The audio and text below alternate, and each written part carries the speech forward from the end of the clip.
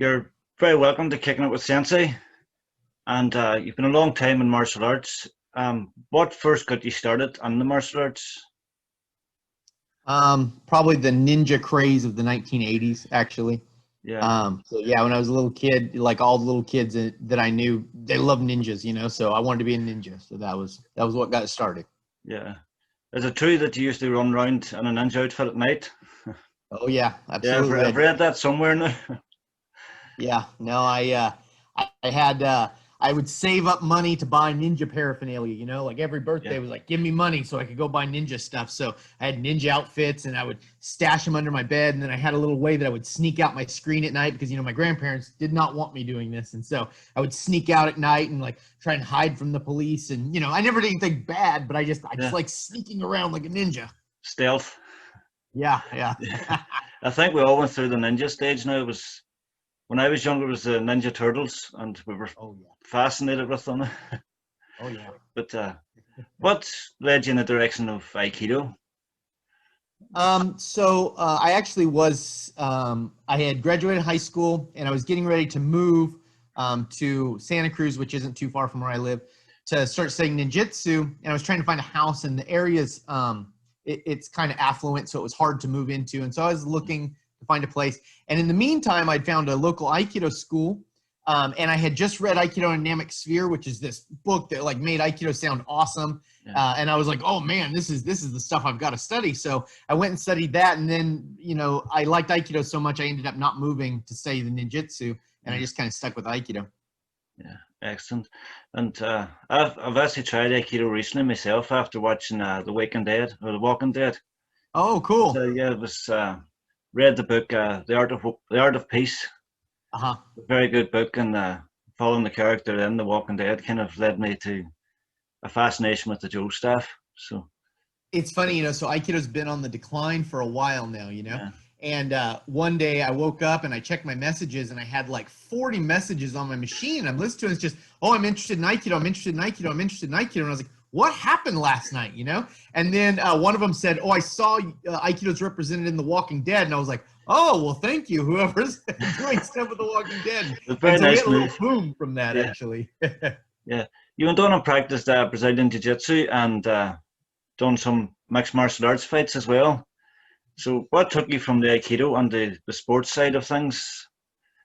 So when I studied Aikido, I was Uchi Deshi, a live-in student, Yeah, until I got my Shodan, my first degree black belt. And then I was at a local bar and I happened to get into a fight. And it wasn't, like the fight wasn't something amazing. It's not like I fought some real brute or anything. yeah, But what shocked me was I didn't do Aikido. And so after the fight, I was like, wait, why didn't I do Aikido? All the last several years, all I've done is Aikido training. Why didn't I do Aikido? So it didn't make any sense to me. And so I started going to different places to try my Aikido out to see how it would work. And it led me going to Southern California and studying with an internal martial arts expert who's also studies Brazilian Jiu-Jitsu, and he's now a black belt in Brazilian Jiu-Jitsu, Tim Cartmel. And so I kind of got involved with it that way. And for a while there, I really thought Aikido wasn't very good because the Brazilian Jiu-Jitsu and the MMA worked in that setting so well and Aikido didn't, yeah, that it was like, oh, maybe Aikido just doesn't even work, actually. yeah. So what led you back to the Aikido then after the So competitions? I happened to enter a Dog Brothers stick fighting tournament, Yeah. and it's a full contact stick fighting. The legendary Dog And Brothers. what's that? The legendary Dog Brothers. Legendary Dog Brothers, yeah. So I happened to do one of those their stick fights, and it was really shocking that the Aikido stuff worked, like for the first time, and so when I studied Aikido, some was armed, some of it was unarmed, but the majority of my training was definitely the unarmed training, and that didn't work in mixed martial arts at all. I mean, just didn't work.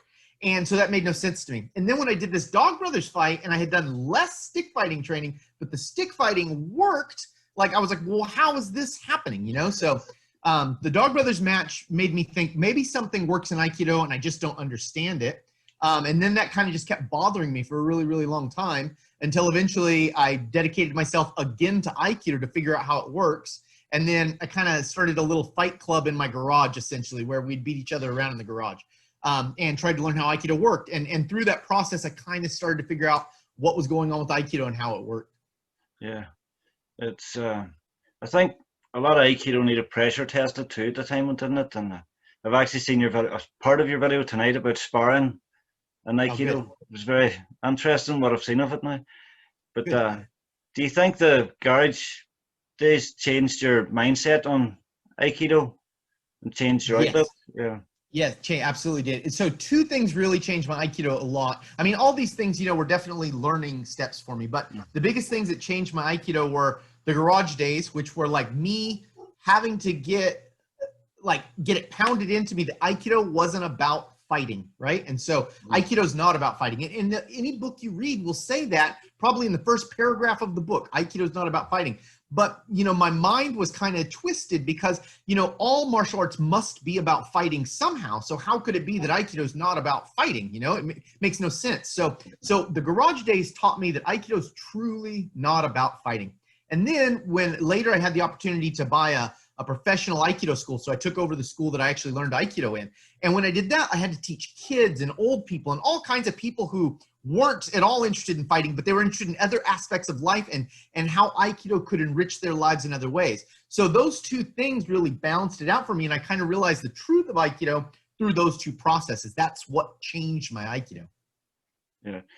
Do you think your Aikido method now is more effective for self-defense than what you've done before the?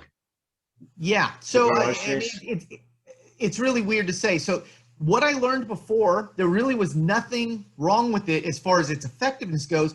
I was just so stupid that I didn't understand in which way it was effective, right?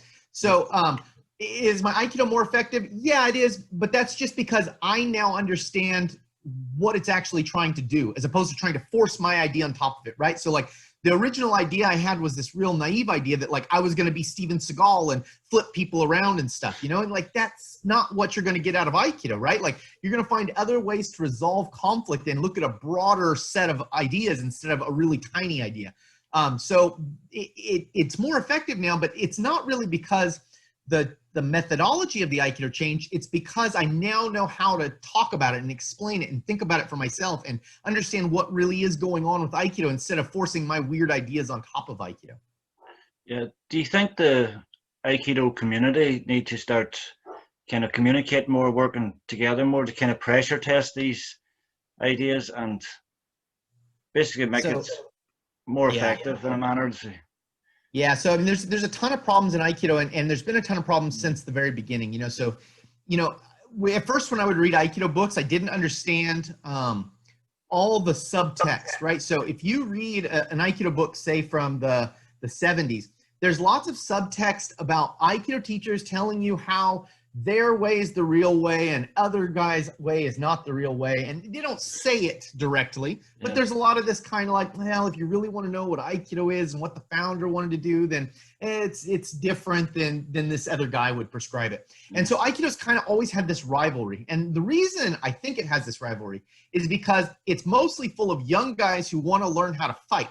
And they did the same thing I did, which is they tried to take this concept that's not about fighting and force it to be fighting somehow. And so then they always could find flaws in each other's stuff, but they couldn't see their own flaws, So Aikido's always had this history, and that history is still going on today. Like today, we still like hate each other and, oh, that guy's wrong and this guy's wrong. And so honestly, the first thing we need to learn to do is to make aiki with each other, to be able to respectfully and openly and say, hey, you've got some great ideas. Here's my thoughts on that idea, and then mold them together into something that we can present to the rest of the world who doesn't spend all their time studying Aikido so they can sensibly understand that thing. So that's what we have to be able to do. And part of that absolutely is live training and pressure testing and working on this really hard to make sure that what we say we can do is something we actually can do.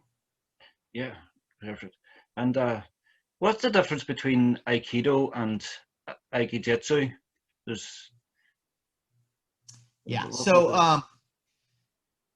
So it really depends. A lot of times when people say Aikijitsu or Aikijujitsu, they're really talking about roughly the same system of Aikido. And a lot of times when someone says to me, I study Aikijujitsu, unless they study Daito-ryu, they probably just study Aikido from a guy who wants to be hardcore. And so then they teach hardcore Aikido, and they call that Aiki Jiu-Jitsu, right? Like, because, you know, Do is soft and, you know, for girls or something, it's not tough guy stuff. And so if you want to be a tough guy, you put Jitsu on the end, and then now it's tough guy stuff, you know? So a lot of times when you hear it, that's what that is. If it's Daito-ryu Aiki Jiu-Jitsu, then it's a different system. It's totally a different thing.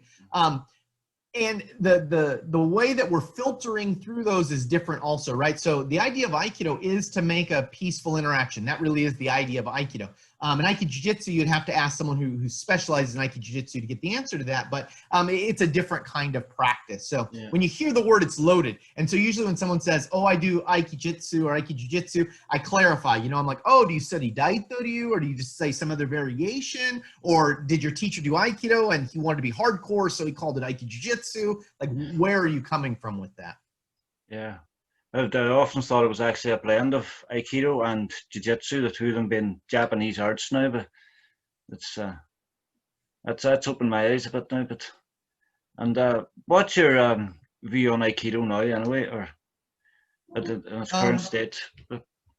So as I said earlier, I really think that the thing that has to happen with Aikido is we have to come together as a community, and each teacher for themselves needs to be able to clearly spell out what it is they believe Aikido is, you know? So this is what I try to do for myself, you know? I would like to be able to clearly initiate anyone into my thought process so they can understand how I think about Aikido. Now, there's a vulnerability in that, and that's scary because it's like, well, if I tell people everything I know, then maybe, you know, they tell me I'm full of shit. But, you know, I'm okay with someone telling me that, you know, like we can think about that and I can go, hey, maybe I am, you know, let's figure it out. So we have to have that vulnerability with each other. And then we have to be able to clearly say, here's all the things I think, and here's what I think Aikido is. And so as we can start to do that, then we can communicate and have real true communication. And, you know, maybe the ideas I have about Aikido aren't Aikido at all. And it could be that way. That could be totally true. But we have to be able, as a community, to be open to that possibility of being rejected or your ideas are wrong, you know? So that's what we need to do. We need to open up with each other and work on the system. Work on the future of it now, yeah. Well, it was excellent having you on, Christopher, and thank you for having me. Pleasure. And how can anyone contact you if they want to learn more? So if you just Google Fresno, California and Christopher Hein, you will find a million things about me. I have a website, which is aikidostudent.com, also Aikido of Fresno.com, and then you can find me on Facebook. It's really easy to find me on Facebook or Instagram. Yeah, I'll put all the links in the description here as well. Thank you very much. And it was a pleasure, Christopher, and hopefully we can chat again soon. Absolutely. Thank you for having me on. Thank you very much. Hey, take care.